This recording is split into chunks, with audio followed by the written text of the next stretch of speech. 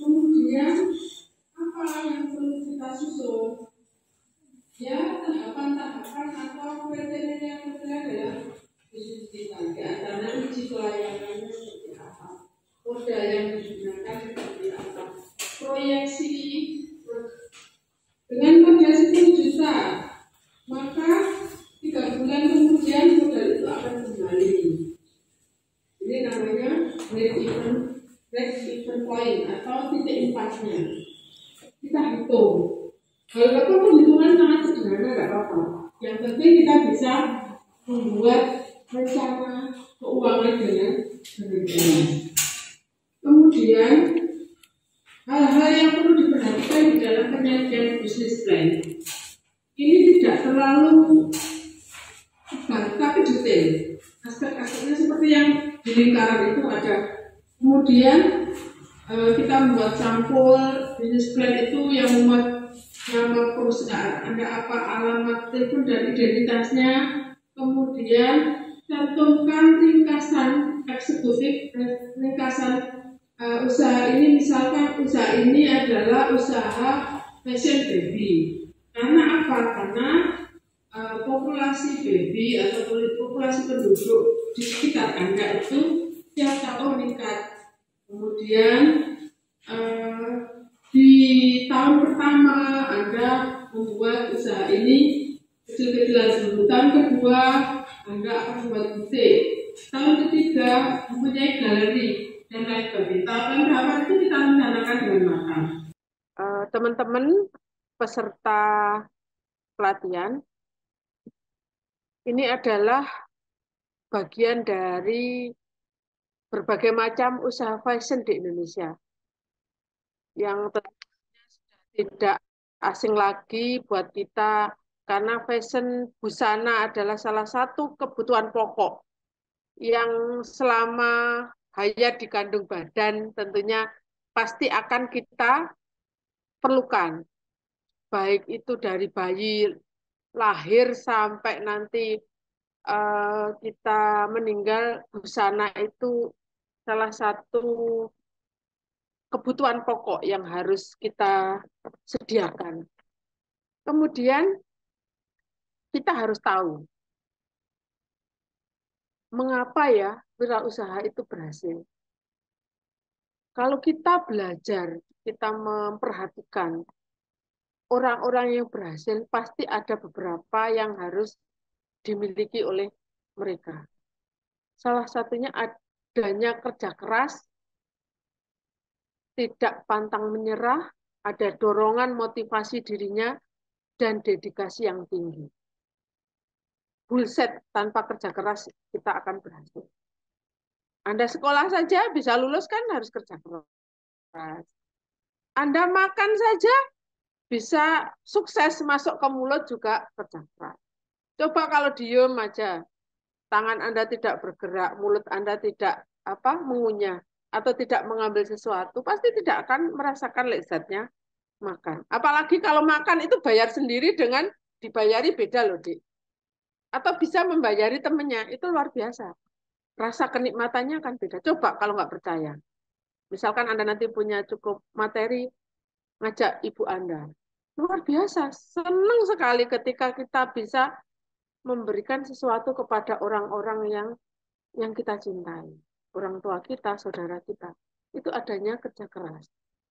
Kemudian, lihai melihat permintaan pasar untuk produk atau jasa yang disediakan. Jadi pasar itu sekarang trennya apa? Harus kita pantau terus.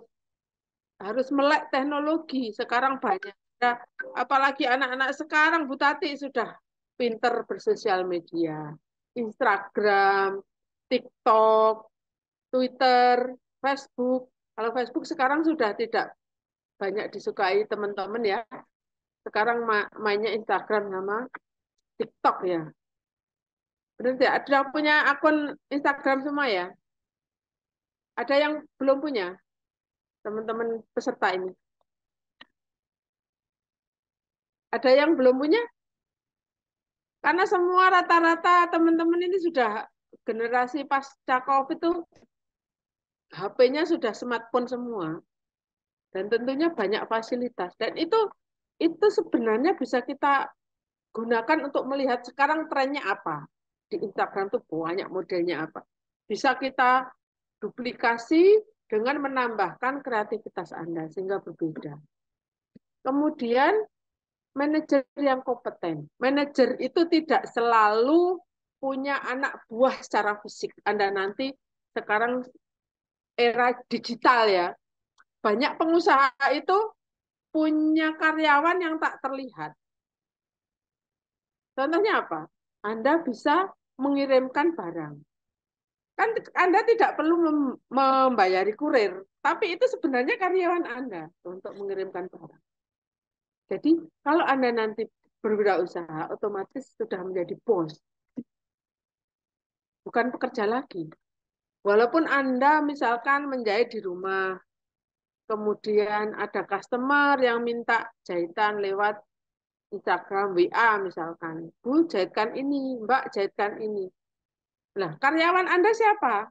Selain manajer Anda sendiri, Anda juga sebagai karyawan, juga Anda bisa mempekerjakan orang lain, seperti dikirimkan lewat berbagai fasilitas. Jadi, manajer kompeten itu diri kita sendiri. Bagaimana kita bisa mengatur waktu, bagaimana kita memberikan pelayanan ke pelanggan, karena survei membuktikan biasanya penjahit yang bagus itu bukan karena jahitannya tidak bagus ditinggalkan oleh pelanggannya, tetapi trust kepercayaannya yang hilang karena menjanjikan ini berapa hari Mbak jadinya, misalkan 3 hari. 3 hari diambil itu loh, belum diapa-apain. Nah, banyak seperti itu survei sudah membuktikan. Bukan karena jeleknya dia menjahit, tapi trust kepercayaan. Jadi nanti Anda sebagai manajer bisa memberikan penawaran ini. Tetapi juga style customer itu biasanya sukanya juga dadak-dadak ya. Bisa jadi 2 hari, 3 hari. Nah, jadi penjahitnya bingung, apalagi ordernya sudah banyak. Jadi mungkin komunikasi sebagai manajer, membagi waktu, kemudian membagi pekerjaan dengan temannya, itu sangat diperlukan. Manajer ini kompeten karena apa? Dia tahu, oh sekarang kapasitas saya hanya mampu menjahit misalkan 30 pieces.